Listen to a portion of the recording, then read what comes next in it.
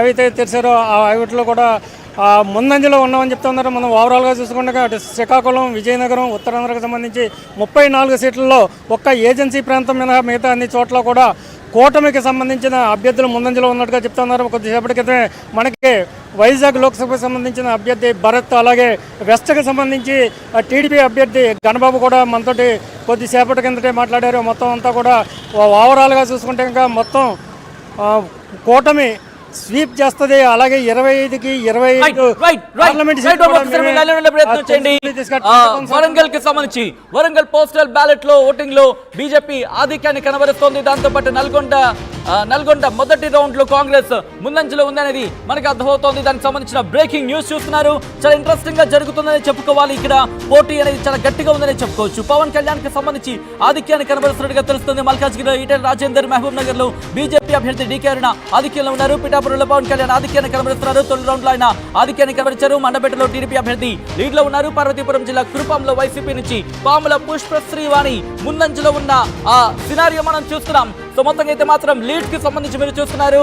ఇటు తొలి రౌండ్ లో గొల్లపురలు, దుర్గాడ, పెందుర్తి, కొడవలి గ్రామాల ఓట్లకు సంబంధించి ఇంట్రెస్టింగ్ గా ఉందని చెప్పుకోవాలి. ఒక్కసారి నేషనల్ కి సంబంధించిన సినారియో చూసే ప్రయత్నం చేస్తే కనుక ఉత్తరప్రదేశ్ వారణాసి లోక్సభ స్థానం నుంచి ప్రధాని మోదీ లీడ్ లో కొనసాగుతున్నారు. పోస్టల్ బ్యాలెట్ ఓట్లతో తన ప్రత్యర్థి అజయ్ రాయ్ ని దాటుకుని మోదీ దూసుకుపోతున్నారు. ఒకసారి గుంటూరు వెళ్దాం, రామారావు దగ్గరికి వెళ్దాం. గుంటూరు రామారావు దగ్గరికి వెళ్లే ప్రయత్నం చేద్దాం. రామారావు, ప్రెసెంట్ గుంటూరులో ఎటువంటి సినారియో ఉంది రామారావు? సచిన్, ఏదైతే గుంటూరు జిల్లా వ్యాప్తంగా ఉమ్మడి గుంటూరు జిల్లా వ్యాప్తంగా చూసుకున్నట్లయితే కూటమి పూర్తిగా ఆధిక్యంలో ఉన్నటువంటి పరిస్థితి ఉంది. మొత్తం రాష్ట్ర వ్యాప్తంగా చూసుకున్నట్లయితే ఏదైతే టీడీపీ 111, ఇంకొక బ్రేకింగ్ అందుతోంది. ఇక్కడ తూర్పు గోదావరి రాజమండ్రి పార్లమెంట్ కి సంబంధించి చాలా ఇంట్రెస్టింగ్ బ్రేకింగ్ అని చెప్పుకోవాలి.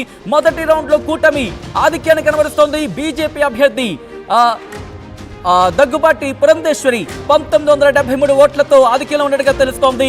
పురంధేశ్వరికి 6168 ఓట్లు వస్తే కనుక గూడూరు శ్రీనివాస్ కి 4195. అలాగే నంద్యాలకు సంబంధించి టీడీపీ ఎంపీ అభ్యర్థి బైరెడ్డి శబరి 111 ఓట్లతో ముందంజలో ఉన్నారనేది మనకు అందుతున్న సమాచారం. నంద్యాల పార్లమెంట్ కి సంబంధించి రామారావు కంటిన్యూ. సచిన్, ఏదైతే ఉమ్మడి గుంటూరు జిల్లాలో కూడా పూర్తి స్థాయిలో టీడీపీ కూటమి ఆధిక్యంలో ఉన్నటువంటి పరిస్థితి ఉంది. ప్రధానంగా చూసుకున్నట్లయితే పల్నాడులో, గతంలో చూసుకున్నట్లయితే పూర్తిగా పల్నాడులో టీడీపీకి ఒక స్థానం కూడా రాలేదు. ఇప్పుడు చూసుకున్నట్లయితే పోస్టల్ బ్యాలెట్లో కావచ్చు, అలాగనే ఈవీఎంలకు సంబంధించి మొదటి రౌండ్ పూర్తిగా వచ్చింది. పోస్టల్ బ్యాలెట్లో అయితే మాత్రం టీడీపీ 4 స్థానాల్లో ఆధిక్యం ఉంది. అలాగనే గుంటూరు జిల్లాకు సంబంధించి చూసుకున్నట్లయితే ప్రధానంగా రాజధాని ప్రాంతం కావచ్చు, మంగళగిరి, ఈ 2 ప్రాంతాల్లో కూడా 2 నియోజకవర్గాల్లో కూడా పూర్తిగా టీడీపీ పోస్టల్ బ్యాలెట్లో ఆధిక్యంలో ఉన్నటువంటి పరిస్థితి ఉంది. మరోవైపు బాపట్ల జిల్లాకు సంబంధించి ఉమ్మడి గుంటూరు జిల్లాలోనే బాపట్ల జిల్లాలో కొన్ని సీట్లు ఉన్నాయి. సో ఇక్కడ కూడా రేపల్లె, అలాగనే వేమూరు, ఈ 2 స్థానాల్లో కూడా టీడీపీ అభ్యర్థులు ముందంజలో ఉన్నటువంటి పరిస్థితి ఉంది. మొత్తం మీద చూసుకున్నట్లయితే గుంటూరు జిల్లాలో కూటమి ప్రభంజనం అయితే మాత్రం నరసరావుపేటకు సంబంధించి లావు శ్రీకృష్ణదేవరాయలు లీడ్ లో ఉన్నట్టుగా తెలుస్తోంది. ఏంటి సినారియో అక్కడ? ఖచ్చితంగా, ఎందుకంటే మొదటి నుంచి దగ్గరికి వస్తాను. అవనిగడ్డకు సంబంధించి అవనిగడ్డలో కూడా కూటమి అభ్యర్థి మండలి బుద్ధ ప్రసాద్ 413 ఓట్ల ఆధిక్యాన్ని కనబరుస్తున్నారు. ఇంట్రెస్టింగ్ అని చెప్పుకోవాలి, ఎందుకంటే చాలా పోటాపోటీగా ఉంది. ఎక్కడైనా లీడ్ చూస్తే కనుక 100,000 అటువంటి సినారియో చూస్తున్నాం. ఒక్కసారి రామారావుకి వెళ్ళే ప్రయత్నం చేద్దాం. Ramarao please continue. అంతకన్నా ముందు ఒక్కసారి తెలంగాణకు సంబంధించి చూసే ప్రయత్నం చేద్దాం. నల్గొండ, అలాగే నల్గొండతో పాటు మహబూబ్ నగర్, ఖమ్మం, పెద్దపల్లి ఇటు కాంగ్రెస్ లీడ్ లో ఉంది. ఇటు మల్కాజ్గిరి, అలాగే ఆదిలాబాద్ లో బీజేపీ లీడ్ లో ఉన్న పరిస్థితి. సో ఇంట్రెస్టింగ్ గా మారిందని చెప్పుకోవాలి జాతీయంగా. ఒకసారి అమరావతికి వెళ్ళే ప్రయత్నం చేస్తున్నాను. ఆంధ్రప్రదేశ్ కి సంబంధించి, అసెంబ్లీకి సంబంధించి కావచ్చు, పార్లమెంట్ కి సంబంధించి కావచ్చు, ఎటువంటి సినారియో ఉంది? కూటమి ఏమంటుంది, వైసీపీ ఏమంటుంది? రామారావు, అప్డేట్స్ ఏంటి?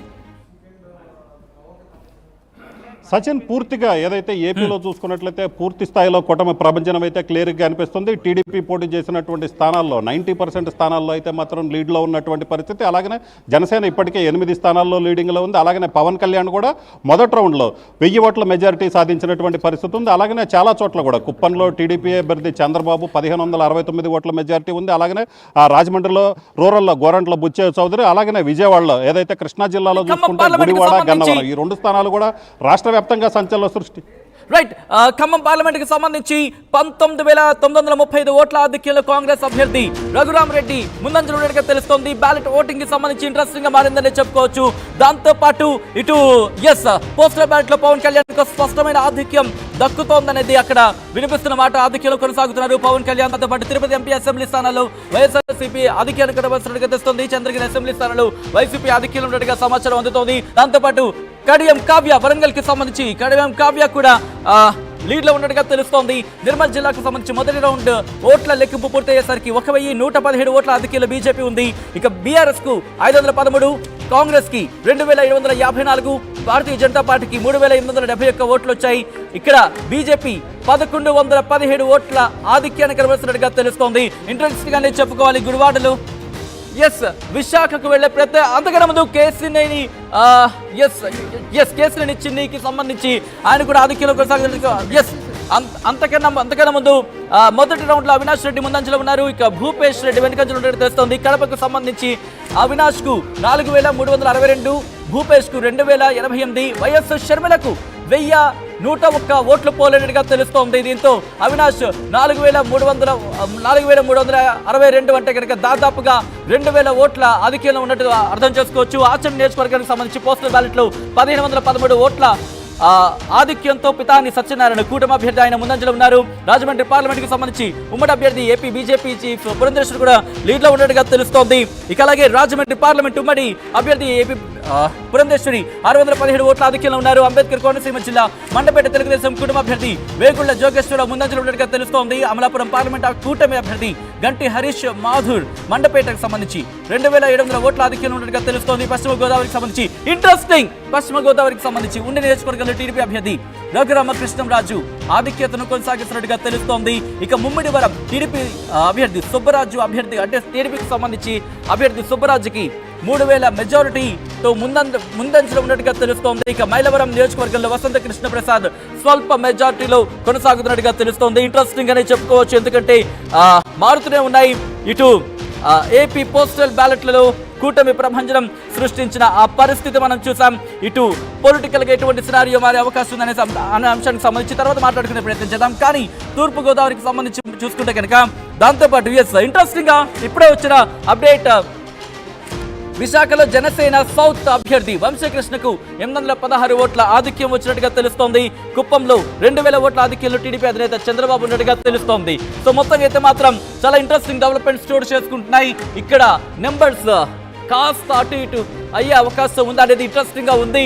మా